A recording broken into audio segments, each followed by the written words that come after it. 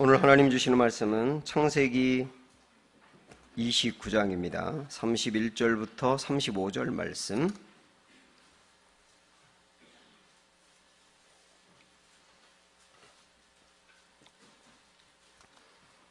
창세기 29장 31절부터 35절의 말씀 보겠습니다. 여호와께서 레아가 사랑받지 못함을 보시고 그의 태를 여셨으나 라헬은 자녀가 없었더라.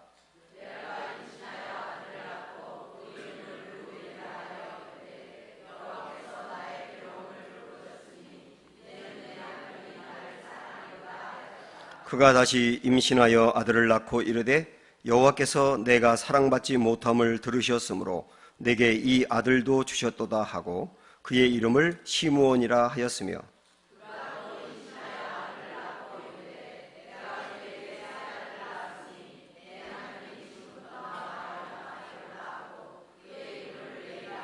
같이 읽겠습니다. 그가 또 임신하여 아들을 낳고 이르되 내가 이제는 여호와를 찬송하리로다 하고 이로 말미암아 그가 그의 이름을 유다라 하였고 그의 출산이 멈추었더라. 아멘. 자, 우리 주위에 있는 분들 인사 좀 나누시죠. 사랑합니다. 축복합니다.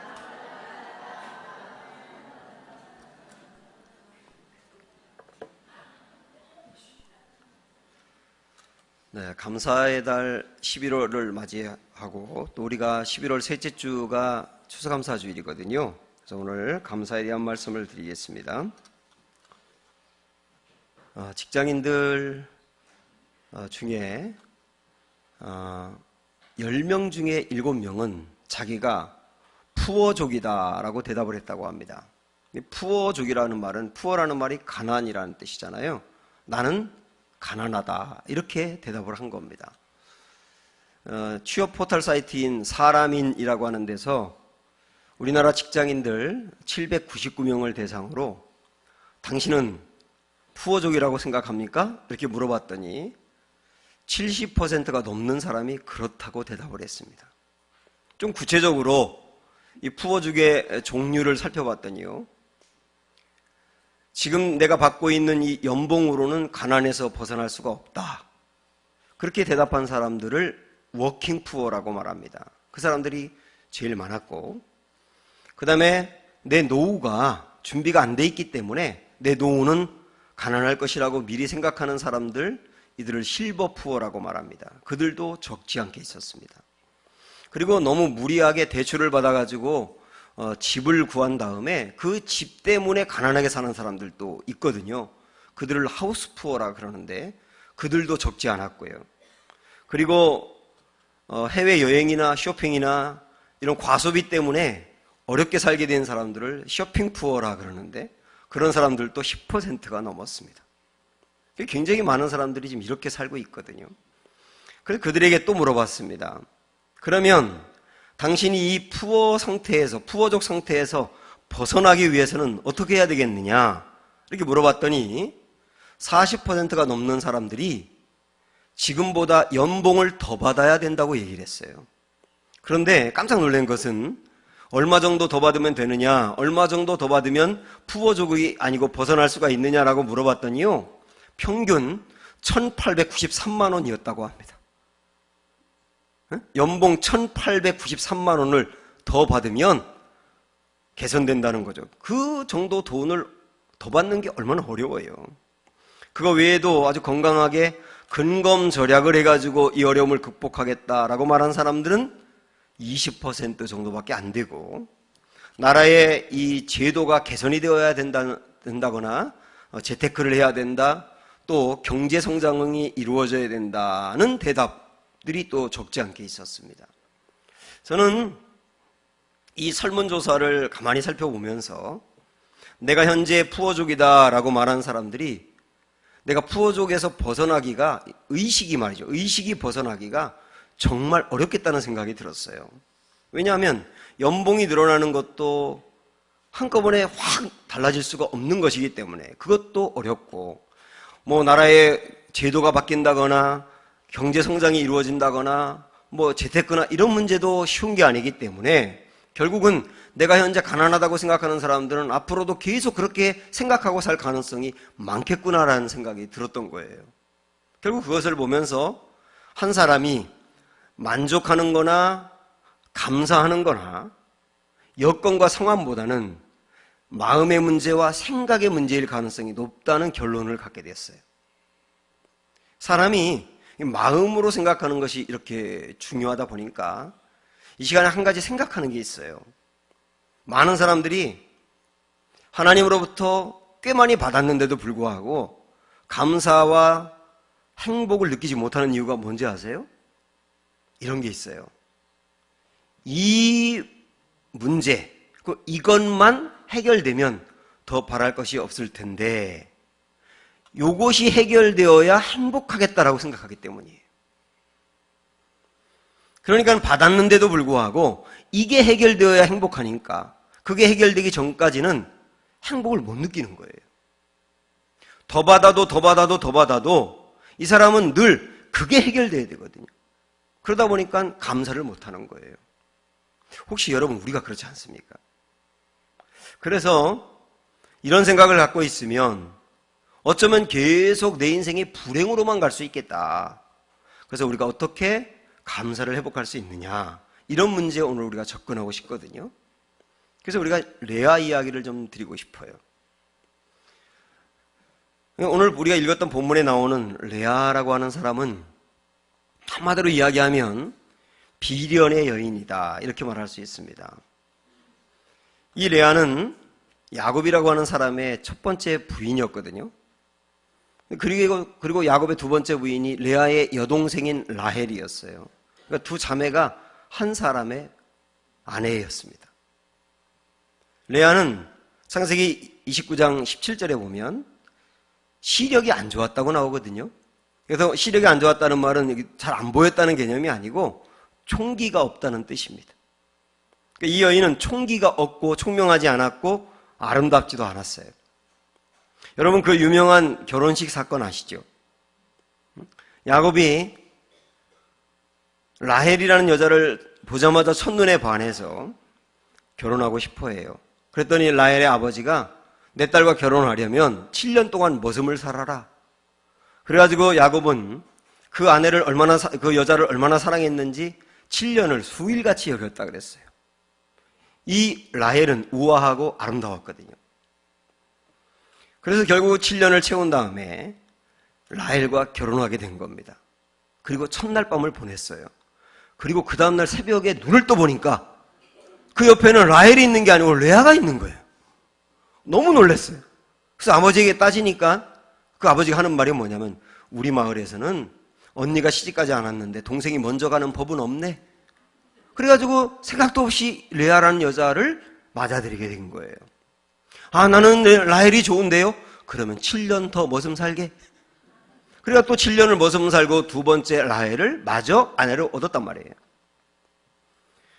야곱 입장에서 생각하면 억울한 일이지만 레아 입장에서 생각하면 이보다 불쌍할 게 없는 거예요. 어제도 우리 교회 우리 자매가 결혼식을 했습니다마는 모든 사람은 결혼식이 화려하기를 원하고 많은 사람의 축복 가운데 하기를 원하고 무엇보다 나를 사랑하는 남자와 결혼하기를 원하잖아요. 그런데 이 레아는 결혼식도 하지 못했지요. 자기를 전혀 사랑하지 않는 사람과 살게 되었지요. 그걸 속이면서 사기 결혼처럼 하게 되었지요. 이게 레아의 비참한 상태였던 겁니다. 야곱은 전혀 사랑하지 않았던 레아와 결혼해서 그녀에게 눈길도 주지 않습니다. 오직 야곱의 관심은 라헬에 있어요. 레아는 쳐다보도 안 보고 라헬을 볼 때는 여기서 사랑이 뿅뿅 나가는 거예요. 그 모습을 레아가 볼 때마다 속에서 불이 올라옵니다. 시기와 질투 때문에. 그런 아픔을 끌어안고 평생을 살아야 됐어요. 그러니까 이 레아도 정말 비련의 여인이라고 할 수가 있겠죠. 성경은 이 사람에 대해서 소개하고 그 사람이 얼마나 위대한지에 대해서 알려주는 데 목적이 있지 않아요. 성경의 위대한 모세라든지 다윗이라든지 바울이라든지 이런 사람들을 소개한 것도 그 사람을 부각하려는 게 아니고 그 사람에게 역사하고 도와주어서 사람을 다듬고 변화시켜 위대한 사람으로 만들어 쓰신 하나님의 역사를 소개하는 게 성경의 목적입니다. 그래서 성경을 구원의 드라마라고도 하거든요. 형편없는 삶을 살고 있는 사람을 찾아가서 건져내어서 그의 영혼뿐만 아니라 삶도 구원해 내시는 하나님의 드라마를 보여준다는 측면에서 레아가 하나님을 만나서 구원받는 역사, 이 삶이 변화되는 역사를 보여주는 게 오늘 본문의 말씀입니다. 하나님은 이 불쌍한 레아를 사랑해서 그에게 태문을 열어서 아이를 주시거든요. 31절 보시죠. 시작. 여호와께서 레아가 사랑받지 못함을 보시고 그의 태를 여셨으나 라헬은 자녀가 없었더라. 여호와께서 레아를 사랑했어요. 남편의 사랑받지 못하는 레아를 불쌍히 여겨서 그를 사랑했어요. 예, 우리 하나님은 그런 분이십니다. 하나님은 우리의 아픔을 아시는 분이세요. 우리 하나님은 우리를 돌보시는 분이세요. 하나님은 약자에 관심이 많은 분이세요. 그리고 그의 아픔을 헤아려 주시고 치유해 주시는 분이세요. 우리 딸이 중학교 때 어느 날 친구하고 길게 통화를 하더니 그 다음에 막 소리 지르면서 싸워요. 그러더니 자기 방에 방문을 닫고 막 우는 겁니다. 저는 밖에서 있다가 우리 딸이 우니까 아무것도 못하겠더라고요. 딸이 우는데요. 그래서 귀를 대고 왜 우는지 들어보기도 하고 그 앞에서 문 앞에서 들어가지 못하고 안절부절하면서 왔다 갔다 했거든요. 그게 아버지 마음인 거예요. 딸이 울 때 아무것도 손에 안 잡히는 게 아버지잖아요. 하나님이 우리 아버지 아닙니까? 딸이 남편의 사랑을 받지 못해서 질투와 시기를 갖고 늘 비참하게 살고 있는 그 레아를 보면서 그가 사람의 사랑받지 못함을 아시고 하나님이 그를 사랑한 거 아니에요? 이 하나님이 우리의 하나님이세요. 그래서 그를 사랑해서 그를 돌보셨을 뿐만 아니라 태의 문을 여시고 자녀를 부어주십니다. 라헬이 갖지 못한 자녀를 레아는 여러 명 갖게 되는 거예요. 그래서 이 레아가 자녀를 낳게 되는 과정이 오늘 말씀에 나와 있는데 이 레아가 자녀를 가지면서 전혀 감사하거나 행복하지 못했다가 감사하는 마음과 행복하는 마음으로 변해가는 과정을 여러분이 읽어보셔야 됩니다. 그러면서 내가 어떻게 감사가 회복되고 행복이 회복될 수 있는지를 여기에서 답을 찾으셔야 돼요.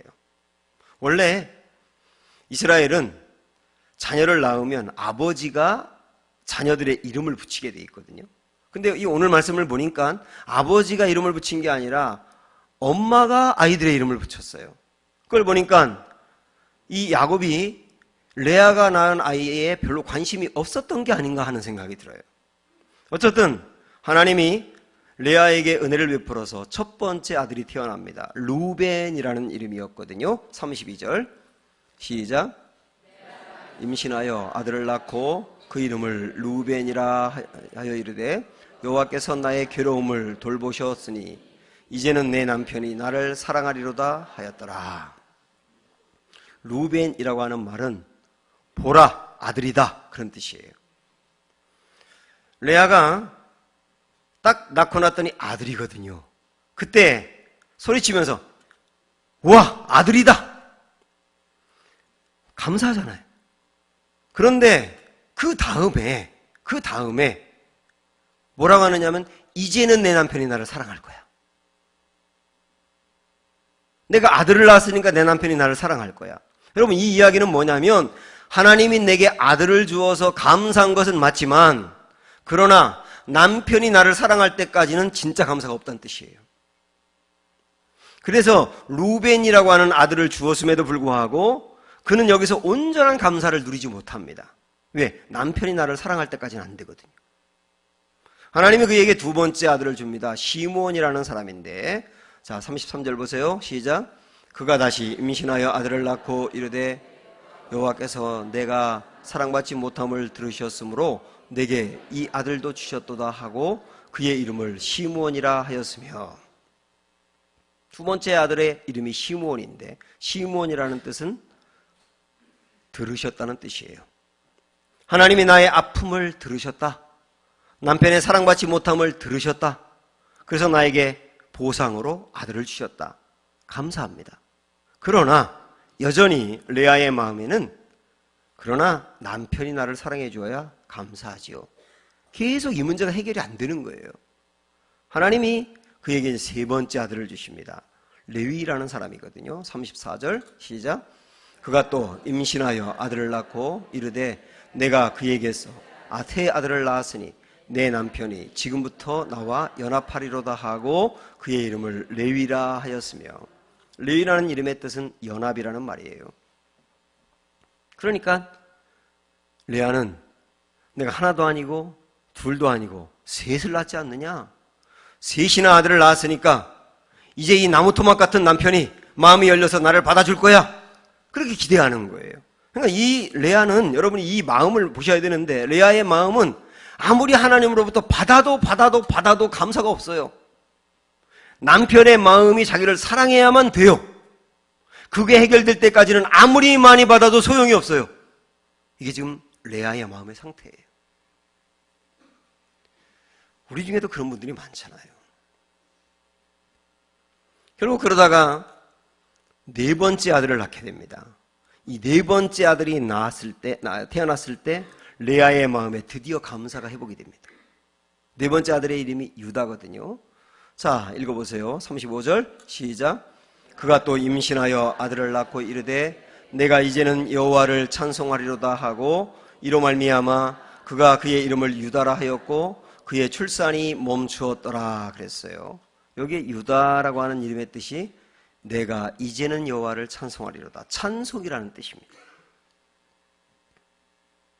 그러니까 레아는 네 번째 아들인 유다가 태어났을 때 이름을 유다라고 지은 이유가 뭐냐면 그에게 드디어 깨달음이 생긴 거예요. 와, 내가 하나님으로부터 그렇게 아들들을 계속 받았는데도 불구하고 내가 받은 것은 전혀 생각하지 못하고 남편이 나를 사랑해야 된다는 생각에만 집착돼 있다 보니 많은 것을 받았어도 감사가 없었구나. 근데 다시 생각을 해보니 내가 정말 감사할 게 많은 사람이구나. 그걸 깨닫고 이제는 내가 여호와를 찬송하리로다. 찬송한다고 얘기하잖아요. 여기서 찬송이라는 말은 단지 노래만 한다는 의미가 아니라 이제는 내가 여호와께 감사합니다. 이제는 내가 만족합니다. 이제는 내가 행복합니다. 라고 하는 것을 함축하는 뜻이에요. 이 마지막 유다를 낳았을 때 레아의 고백이 굉장히 중요한 신앙 고백인 겁니다. 그의 마음이 감사가 회복되고 천국이 회복된 거예요. 사랑하는 여러분, 참 많은 걸 받았는데 그런데 많은 걸 받았으면서도 그거 받을 때까지는 안 돼. 그 문제 해결할 때까지는 감사 못 하겠어. 그러다 보니까 우리 마음이 황폐해지고 감사가 메말라 버려 있는 상태는 아닌가요? 그 문제가 해결될 때까지는 정말 우리 행복할 수 없을까요? 오늘 이 말씀을 우리가 보면서 이제는 내가 여호와를 찬송하리로다. 이런 은혜와 깨달음들이 여러분에게 임하기를 축복합니다. 여기서 온 감사는 채워짐의 감사가 아니라 깨달음을 통한 감사였어요. 채워짐을 통한 감사는 한이 없어요. 채워도 또 채울 게 있기 때문에 그게 다 채워져야 감사한다면 우리 정말 감사 못할 겁니다. 그런데 깨달음을 통하여 내가 이미 많은 것을 받은 사람이라고 하는 깨달음을 얻으면 임하는 감사가 큰 거거든요. 오늘 우리에게 그게 필요한 거예요. 또 하나, 이 레아의 감사가 회복된 걸 가만히 생각을 해보니까 이런 은혜가 있었던 거예요. 감사하려면 없는 것 바라보지 말고 있는 것 바라보셔야 됩니다. 레아가 왜 감사하지 못했나요? 하나 받고 둘 받고 셋 받아도 없는 것, 남편 사랑이 없다는 것, 없는 것을 계속 바라보다 보니까 아무리 받아도 감사가 없었던 거거든요. 그러나 감사가 회복된 이유는 내가 있는 것, 내게 있는 것, 내가 받은 게 얼마나 큰지를 생각하면서부터 그의 감사가 회복이 된 거예요. 그래서 우리 이 문구를 한번 다 같이 읽어보겠습니다. 시작.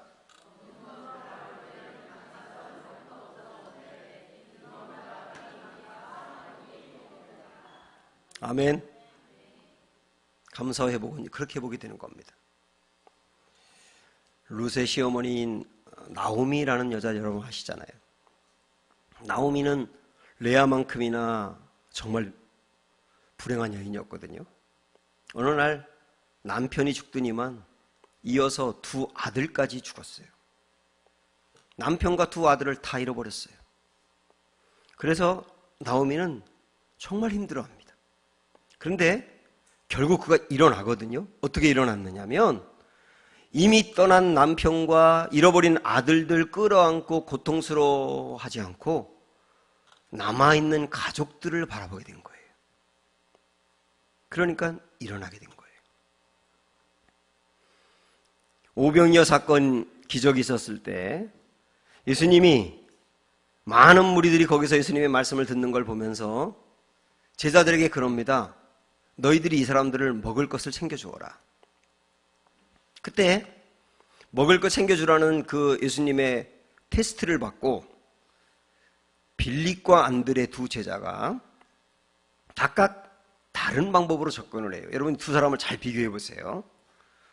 빌립은 예수님이 이 사람들을 먹여라 라고 말씀하셨을 때 대략 그 안에 있는 사람들이 얼마 정도 되는지 숫자를 셉니다. 그리고 한 사람이 음식을 먹으려면 얼마가 드는지를 계산을 해요. 그리고 났더니 엄청나게 많은 돈이 필요한데 그 돈이 지금 없잖아요. 그러니까 예수님에게 답변을 합니다. 답안지를 냈다고요? 불가능합니다.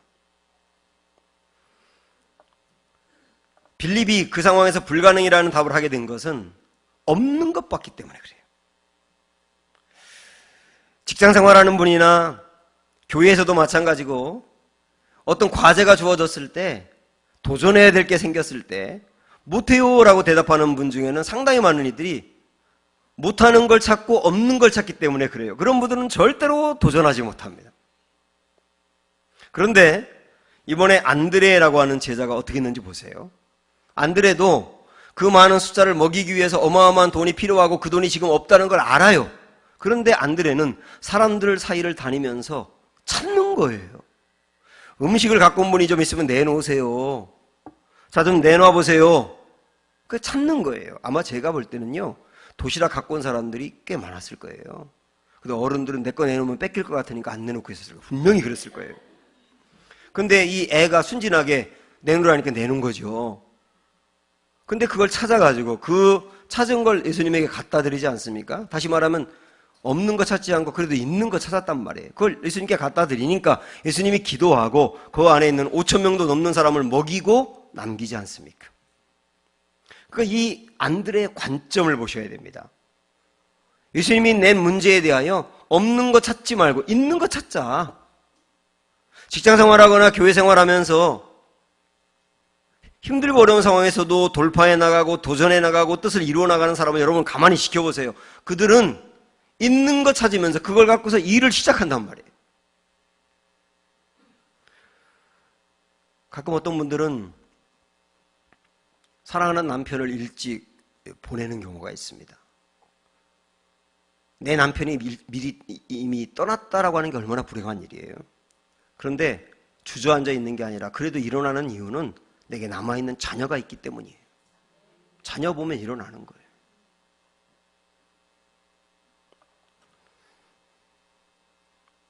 과거에 돈이 많았었는데 사업에 실패하거나 어려움을 당해서 돈을 다 날려버리고 가난해진 사람들이 있거든요. 그분들이 꼭 끊어야 될 게 뭐냐면 내가 옛날에 부유했었는데 그 생각을 끊으셔야 됩니다. 옛날에 내가 얼마나 떵떵거리고 살았는데 얼마나 내가 누리고 살았는데 그 생각하고 지금 현재 없는 거 생각하면 절대로 행복할 수가 없는 거예요. 옛날에 떠난 건 떠난 거고 지금 내게 남아있는 거 그걸 생각해야 되는데 이렇게 생각할 수도 있지 않습니까? 그래, 돈이 많을 땐 정말 내가 교만하고 하나님 바라보지 않고 교회도 대충 다녔는데 내가 돈이 떠나가면서부터 주님 의지하고 주님 바라보다가 믿음이 이렇게 좋아졌다. 돈이 많을 때 우리 집안이 오히려 하나가 안 됐었는데 어려워지면서 똘똘 뭉치면서 우리 오히려 하나가 되지 않았느냐, 그런 생각하면서 일어서는 게 신앙이라고요. 저의 외삼촌이 엊그제 돌아가셨어요. 전립선 암으로 이제 투병하다가 돌아가신 겁니다. 그런데 장례식을 하지 않았습니다. 제가 가지 않았어요. 왜냐하면 이 시신을 전부 병원에 기증을 했습니다. 이전부터 내 몸은 죽으면 이 몸뚱아리 아무것도 아니니까 꼭 병원에 기증해서 사람을 살려라, 그렇게 했는데 가족들이 반대했었거든요. 근데 이분이 이제 병원에 이제 입원하면서 어렵다는 얘기를 듣고 원장님을 불러가지고 꼭 내 몸을 시신을 기증해달라고 부탁을 해가지고 가족들도 받아들인 거예요. 얼마 전에 제가 제 아내와 함께 입원해 계신 외삼촌을 찾아갔었습니다. 그래서 암 말기 환자하고 얼마 안 남았다고 했기 때문에 저는 미리 가면서 우리 외삼촌의 그 외모가, 모습이 확연히 달라졌을 텐데, 그러면서 그 모습을 보고서 눈물이 나오면 어떡하지 하는 걱정도 했고요. 우려하면서 병원 문을 딱 열고 들어갔는데 전혀 환자 같지 않은 분이 앉아 계신 거예요. 전혀 환자 같지 않았어요. 얼굴은 너무 빛이 났고요, 너무너무 밝았고요, 우리에게도 말씀하시는 게 전혀 환자 같지가 않았어요. 그래서 저나 제 아내나 정말 신선한 충격을 받고, 제가 외삼촌에게 아니 어떻게 그렇게 얼굴이 밝으실 수가 있냐고, 어떻게 이렇게 평안하실 수가 있냐고 물어봤더니 외삼촌 하시는 말씀이, 내가 지금까지 살아오면서 받은 게 많은데, 내가 감사할 게 얼마나 많은 사람인데 그거 붙들고 있다 보니 마음이 회복이 된 거예요. 시골에서 변변히 공부도 못했는데 도시에 올라와서 죽을 고생했지만 사업이 굉장히 잘 풀려가지고 부유하게 살고 자녀들도 잘 양육하고, 그런 거 생각하니까 내가 받은 게 이렇게 많은 사람이었는데 라고 생각하니까 그 아픔을 받아들일 수 있나 봐요. 내 몸에 암이 있다니 라고 생각을 할 수 있지 않습니까? 그리고 저희 외삼촌은 제가 어릴 적부터 지켜봤고 또 제가 그 집에서 살았던 적도 있었거든요, 같이. 그러면서 제가 본 저희 외삼촌은 법이 없어도 정말 사실 분이에요. 절대로 남의 신세에 지지 않는 분이고 아주 깔끔하신 분입니다. 그런데 그분이 그렇게 살아왔는데, 수많은 사람을 도와주면서 살아왔거든요. 그렇게 살아왔는데 아니 이렇게 산 내가 왜 암에 걸려야 돼? 라고 생각할 수 있지 않습니까? 그렇게 생각하면 마음이 무너져 가는 거거든요. 그 상황에서도 하나님이 내게 주셨던 거, 그 다음에 내 영혼이 갈 데가 있다는 거, 그것으로 인하여 감사하니까 병원에서 생각한 것보다 훨씬 오래 사시다가 평안히 가셨거든요. 사랑하는 여러분, 지금 나의 상황이 어떻든 무엇을 보느냐가 정말 중요합니다. 없는 것 보지 말고 있는 것 바라보는 은혜가 있기를 축복합니다. 제가 지난주에 시편 4편의 말씀을 큐티하면서 큰 은혜를 받았습니다. 시편 4편은 다윗이 곤란한 상황 가운데 있다고 고백을 하더라고요. 그래서 어떤 곤란한 상황인가 이렇게 찾아봐도 답이 안 나옵니다. 그래서 주석을 보니까 시편 3편의 말씀하고 4편의 말씀이 같은 상황에서 쓰여졌다고 다들 이야기하더라고요. 그래서 3편을 봤더니 3편은 다윗이 압살롬이라고 하는 아들에게 왕의 자리를 빼앗기고 도망을 가다가 쓴 시거든요. 그러니까 4편도 그런 상황에서 쓴 거예요. 여러분 생각을 해보세요. 아들이 아버지를 내쫓고 자리를 차지했어요. 그리고 그 아버지를 죽이려고 합니다. 언제 특공대들이 들이닥쳐서 자기를 죽일지 몰라요. 그리고 자기를 따르던 신하들은 상황을 파악한 다음에 아들 쪽에 붙어버렸어요. 그리고 주변에 따라오는 사람에게도 아들에게 자리를 빼앗긴 아버지니 민망하고 부끄럽지 않겠습니까? 그 상황에서 놀라운 고백을 합니다. 8절 말씀을 보니까요. 시작. 내가 평안히 눕고 자기도 하리니 나를 안전하게 살게 하시는 이는 오직 여호와시니이다. 이 부분, 평안히 눕고 자기도 하리니. 잠이 오냐고. 우리는 내가 속상한 거 하나만 있어도 절대 잠 못 자거든요. 내게 누가 상처 주는 말 하나 하면 그 말이 귀에서 맹맹 돌아가지고 꼴딱 세우지 않습니까? 아니, 그런데 나라를 빼앗기고 그 아들이 자기를 죽이려고 하고 부끄럽고 창피하고 억울하고 분노가 일어나는 이 상황에서 평안히 눕고 자기도 하리니? 이게 어떻게 가능합니까? 그리고 봤더니 이렇게 될 수 있었던 비결이 7절에 있더라고요. 7절 시작. 주께서 내 마음에 두신 기쁨은 그들의 곡식과 새 포도주가 풍성할 때보다 더하니다. 아, 하나님이 그 마음에 두신 기쁨 때문이구나. 그게 뭔지는 잘 모르겠어요. 그러나 하나님이 다윗의 마음에 어떤 기쁨을 주다 보니까 그 기쁨이 얼마나 컸는지 곡식을 거두고 포도주를 풍성하게 거뒀을 때 얻는 기쁨보다 크다는 거예요. 농사를 다 짓고 나서 소출을 하고 이제 먹을 걸 쌓아놓았을 때 기쁨 있지 않아요? 근데 포도주라고 하는 것은 음료를 이야기하는데 음료도 다 쌓아놓고 이제 먹을 것과 마실 것이 준비되었을 때 오는 기쁨이 있지 않습니까? 근데 그 기쁨도 하나님이 주신 이 마음의 기쁨을 그 기쁨과는 비교가 안 된다는 거예요. 결국 이 기쁨이 오늘 레아가 유다를 낳았을 때 그 기쁨이 아닐까요? 채워짐으로 얻는 기쁨이 아니라 깨달음으로 얻는 기쁨이라는 거예요. 이 기쁨이 무엇인가를 묵상하다 보니까 옛날 생각이 났습니다. 제가 청년들을 목회할 때 한 번은 어떤 남자 청년이 직장을 들어가기 위해서 여러 번 원서도 쓰고 지원하는데 잘 풀리지 않아가지고 힘들어할 때가 있었거든요. 근데 그 친구가 갑자기 어느 날 저에게 문자를 보냈어요. 문자의 내용이 이래요. 목사님, 하나님이 저를 아신대요. 그게 문자 끝이에요. 그래서 저도 아시지? 그리고 뭐 더 이상 할 말이 없죠. 아신다는데. 근데 그 다음에 주일날 교회에서 딱 만났는데 이 친구가 얼굴이 희죽희죽하면서 목사님, 하나님 저를 아신대요? 다른 친구 만나도 야, 하나님 나를 아신대. 그럼 바보같이 그러고 다니는 거예요. 우리가 볼 때 바보 같아. 근데 그 친구는 힘들고 어려운 그 상황에서 주님이 주신 마음에 깨달음이 생긴 거예요. 내가 너 알아. 내가 너의 아픔도 알고 기대도 알고 소망도 알아. 걱정하지 마. 나를 믿어. 확신한 거. 이 확신에서 오는 기쁨이 내 마음에 두신 기쁨인 거예요. 또 하나 생각이 나더라고. 제가 7년 동안 군목 생활을 마치고 전역을 며칠 앞두었을 때입니다. 그래서 이제 전역하고 나면 어디서 무슨 사역을 해야 되는가 결정이 안 됐어요. 제가 경상북도에 그 경산이라는 시가 있거든요. 대구 옆에. 거기에 대학이 많아서 그 앞에 대학생들이 많아서 거기서 개척을 해볼까 하고 건물도 좀 알아보러 다니고 그랬었어요. 근데 그것도 확실하게 길이 열리지 않았어요. 그래서 유학을 가야 되는가 생각하는데 그것도 쉽지가 않고 부목사를 가야 된다면 어느 교회로 가서 내가 사역을 해야 되는가 이런 것도 결정이 안 되고 이 앞길이 결정이 안 되고 막혀 있으니까 정말 답답하더라고요. 그래서 제가 경주에 있는 어떤 기도원에 갔습니다. 누굴 소개받아 갔는데 산골 올라가고 올라갔더니 허름한 기도원이 하나 있어요. 들어갔더니 사람도 없어요. 그리고 방을 지정해줘 들어갔더니 벌레 천지예요.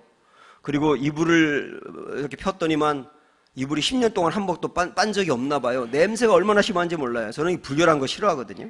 그래가지고 여긴 내가 있을 때가 아닌가 보다 하고 차를 타고 내려왔어요. 내려오면서 오카노 목사님의 설교 테이프가 있어가지고 딱 들으면서 오는데 오카노 목사님이 설교하면서 그러시는 거예요. 지금 한국교회는 위기의 상황입니다. 이럴 때 목회자들이 산 위에 올라가서 기도해야 합니다. 그럼 다시 올라갔어요. 다시 기도원 들어갔어요.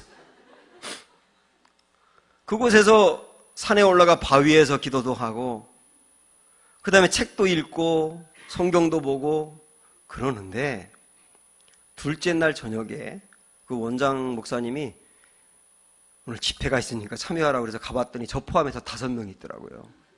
5명 있는 집회 참여했는데 그날 강사 목사님이 전하던 말씀 중에 이런 말씀이 있었어요. 앞날을 걱정하지 마세요. 주님이 예비하셨습니다. 그 말씀이 제게 딱 꽂혀온 거예요. 제가 그 말씀을 아멘하고 믿음으로 딱 받으니까 이 안에 오는 기쁨이 내 마음에 두신 요 기쁨인 거예요. 제가 2박 3일 있으면서 기도도 많이 하고 책 보고 성경 보고 그랬는데 제가 얻은 거 딱 하나, 그거밖에 없었어요. 내가 내 앞길을 알고 있다. 예비하고 있다. 그런데 그 말씀을 믿음으로 받으면서 얻은 기쁨 그 하나로 모든 걱정이 다 사라졌어요. 아무런 것도 걱정할 필요가 없었어요. 그래서 아주 평강에서 평강으로 제가 이제 내려오게 되었거든요. 그러면서 주님이 정말 길을 열어주시더라고요. 이 기쁨, 이게 우리가 경험해야 될, 반복적으로 경험해야 될 기쁨이 아닙니까? 사랑하는 여러분, 힘드신가요? 해결되지 않는 어떤 문제로 인해서 계속 그 문제 때문에 어려우신가요? 하나님이 내게 부어주신 게 많은데 그게 안 보이나요? 오늘 이 상황에서 주님 바라보시길 바라고 하나님이 우리의 마음의 눈을 열어주시기를 축복합니다.